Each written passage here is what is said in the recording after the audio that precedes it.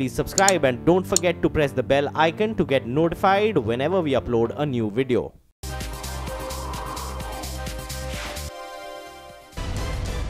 And let's head straight to Raj Bhavan in Bengaluru. Rukmini Rao there. Rukmini, it's a strange turn of events. We still haven't seen an official communique from Raj Bhavan, but the BJP Karnataka tweeting at 8:31 p.m. saying that B.S. Yeddyurappa will be sworn in as the Chief Minister of Karnataka tomorrow at 9:30 a.m. And we're given to understand that arrangements are already in place, even though till now there is no official communique from the governor.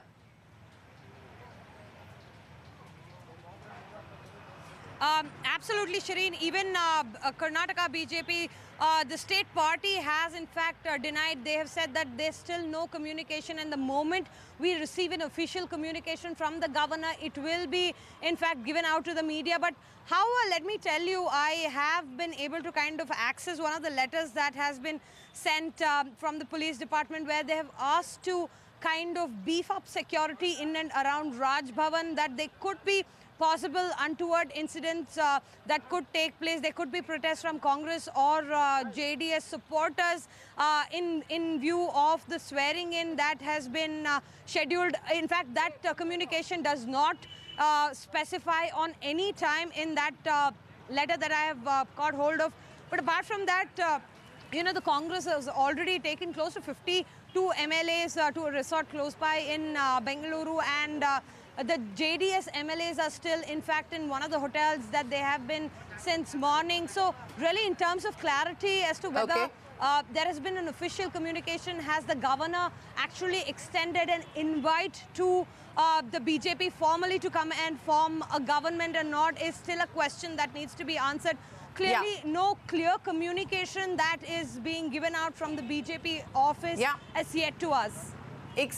Except that the BJP clearly seems to know, because at 8:31 they put out a tweet, BJP Karnataka put out a tweet saying that Yeddyurappa will be sworn in at 9:30 a.m. Rukmini, appreciate you joining us. With us, Congress spokesperson Rohan Gupta, JDS spokesperson Syed Mohammad Altaf, and BJP spokesperson Gopal Krishna Agarwal. Gopal Krishna Agarwal, there is no official communication from the governor so far, yet BJP Karnataka tweeting at 8:31, which has now been deleted, saying very categorically that Yeddyurappa will be sworn in at 9:30 a.m. So how do you have this information which has not been officially communicated by Raj Bhavan? No, definitely there is no communication, and we don't have any communication, and we don't know at present whether Mr. Yeddyurappa... How did BJP Karnataka tweet this at 8:31, Gopal Agarwal? There was some mistake, or it will be found out. Otherwise, why they would have deleted it? Because if they wanted to disclose it, or the information would have been correct, they would have retained it. And at present, as far as national spokesperson, we don't have this information at present that officially there is any communication to Mr. Yeddyurappa for the formation of the government. He may have got some personal information, but at present it's not privy to us or to our group. So I don't think, but we are very hopeful that most probably we have staked the claim to form government. We are going to form government. We expect that as far as the constitution is concerned, or as far as the other things are concerned, the governor would be right to call Mr. Yeddyurappa to form government tomorrow, as has been requested by our chief ministerial candidate. So I think that's sufficient for us. It's stunning how many twists and turns we have to deal with. Let me go across to the JDS spokesperson as well as the Congress spokesperson with us. Altaf, you heard Gopal Agarwal there of the BJP saying that we don't know, but at 8:31, BJP Karnataka's verified handle tweeted the moment that crores of Kannadigas are awaiting Shri Yeddyurappa will take oath as the Chief Minister of Karnataka at 9:30 a.m. at Raj Bhavan. The movement to build a Suvarna Karnataka has begun. Altaf, your chief ministerial candidate H.D. Kumaraswamy has been quoted as saying, let them form government, let Yeddyurappa be sworn in. It's only a matter of days. You feel pretty confident that you will be able to keep your flock together? Yeah, definitely we are going to keep our flock together, our MLAs as well as the Congress together. Now, let me tell you about the BJP tweeting about the swearing ceremony. If so, the governor has given the permission or given the orders to them. It is the death of the constitutional law of the land. As well, the Kumaraswamy and their Congress, we are keeping our MLAs intact with us, and our strength is there, about 117, and we will prove a majority when called upon by the governor to us.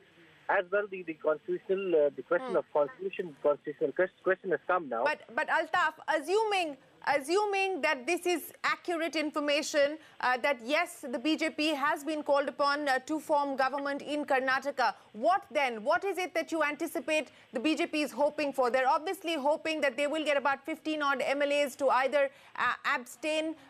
What is the anticipation now on the part of the Congress, JDS combined, and how this is likely to play out from here on?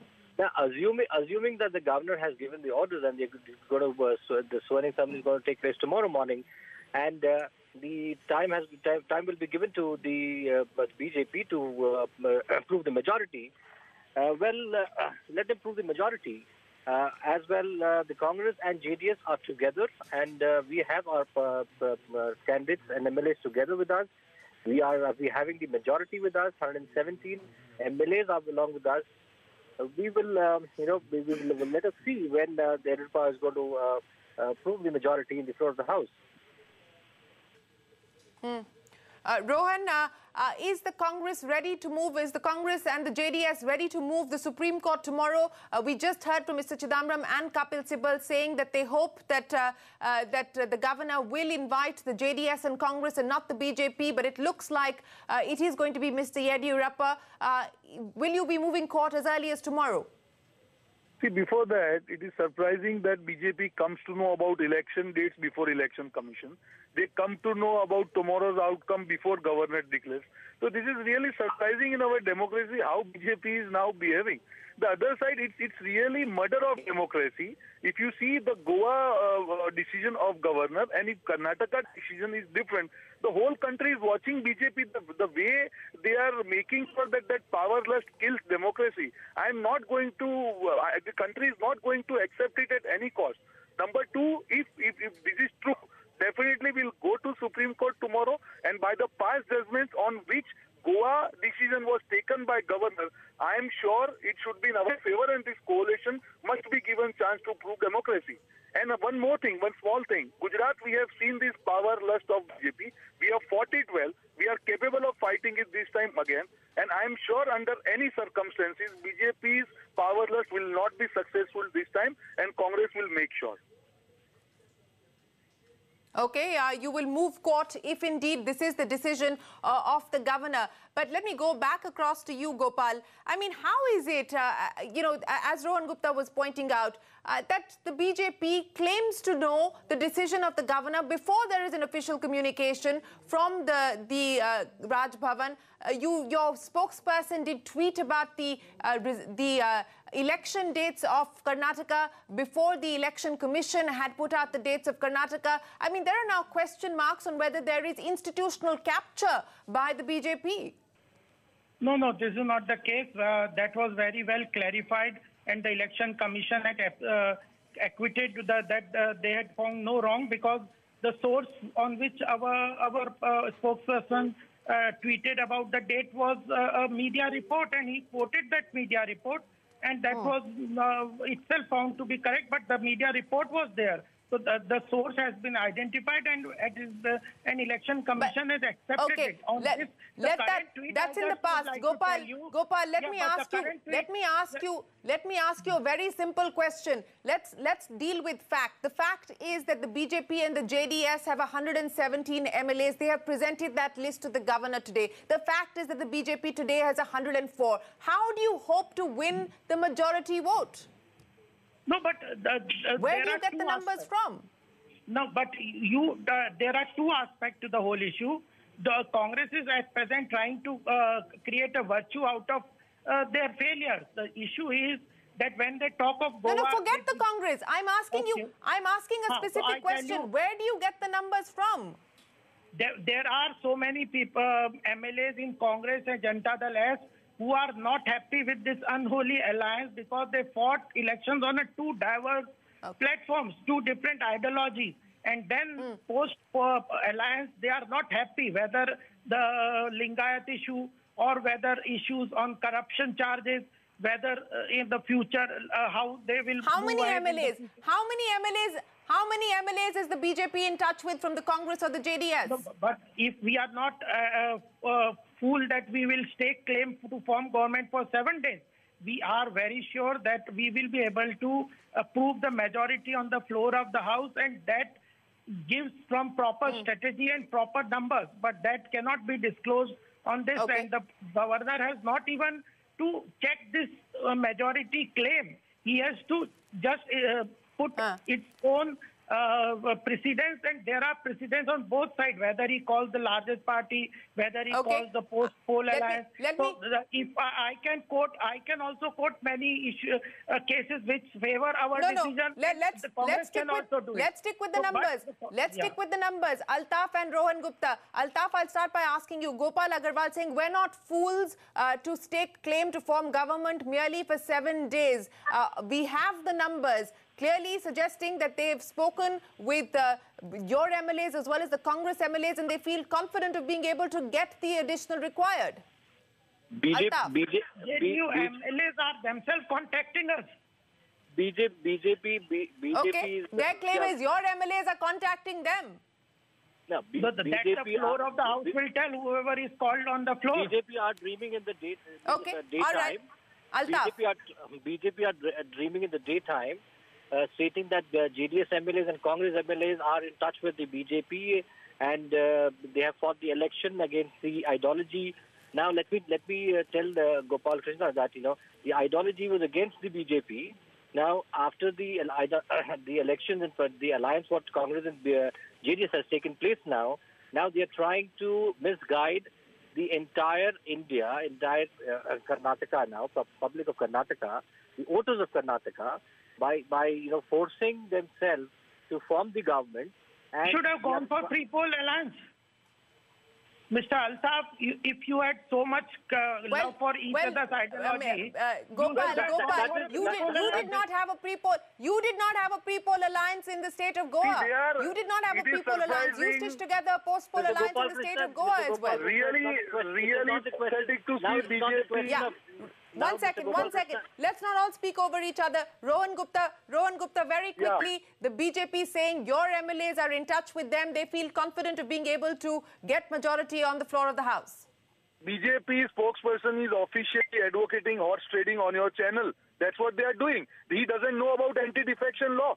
If that is the case, how Congress and JDS has presented 115 list of MLAs with signature to governor just 2 hours back? Where was Mr. Gopal there? If they were not ready to be part of JDS Congress alliance, why they were present physically? So you are not ready to accept that physical presence. You want time to do your horse trading. You want to get time to do your horse trading, to spend your 200 crore rupees to kill democracy in this country. That is what you want to do. You want to fight horse trading to kill democracy of this country. People are not going to leave you this time, Mr. Gopal. They have some respect for democracy. This is not the way the country can run. You are in power. That doesn't mean that even if after having 2 seats, you will be elected to form the government. Have some respect for democracy. People of this country are watching you very closely. This is not the way country can be run. Gopal Agarwal. Can I say? Gopal Agarwal, the final say to you, and then we close. Yes.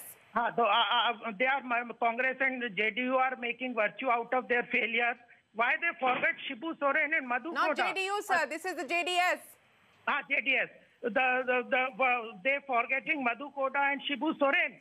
Single person Madhu Koda was made the chief minister of Jharkhand by Congress, and now they are making virtue out of it. The mandate is against the Congress. Mandate is in favor of BJP. We are within the constitution that we have staked our claim. The Supreme Court has well established that the discretionary power is with the governor, and floor majority will be established on the floor of House. They have the time. We will prove our majority on the floor if the governors ask us, and we will prove to him we can only convince governor, Altaf, very not quickly. Congress.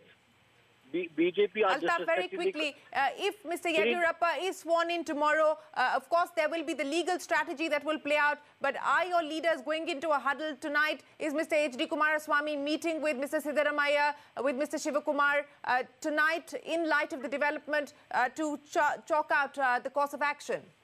All the meetings are over and we are together. Congress and JDS are together. All the 117 MLAs have signed and submitted our petition to the governor. As well, the BJP are killing the constitution. They are damaging the constitutional status. They are duping the Karnataka people here, and they are making a big kind of a drama in Karnataka.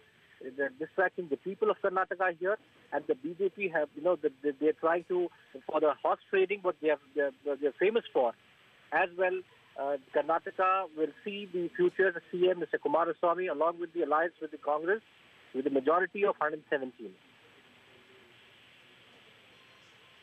All right, gentlemen, we will have to leave it there. We are given to understand that both the Congress as well as the BJP leadership in Delhi will be holding press conferences in a short while from now. But so far, let me remind our viewers, there is no official communication from the governor. What we did have at 8:31 was a tweet from BJP Karnataka from the verified handle, very categorically stating that the governor has invited Mr. Yeddyurappa to take oath and that he will be sworn in at 9:30 tomorrow morning at Raj Bhavan.